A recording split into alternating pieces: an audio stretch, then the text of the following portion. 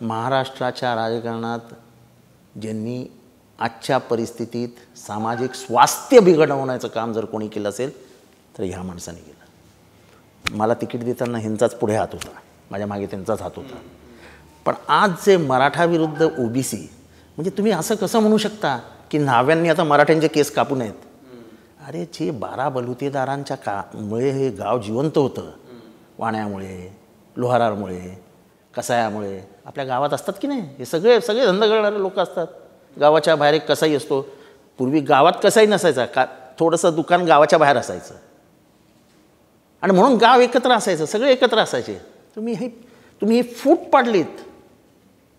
जो महाराष्ट्र अनेक दशकं, युगनयुग सामाजिक स्वास्थ्य होतं, ते तुम्ही तो पडदा फाडण्याचा प्रयत्न केला.